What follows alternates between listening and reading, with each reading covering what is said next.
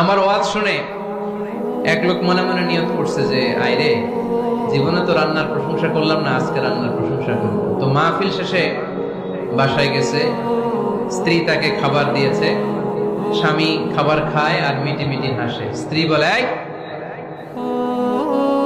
মাহফিল শুনে আসছো, রাত বাজে 12টা, খাচ্ছ ভালো কথা, হাসো কেন?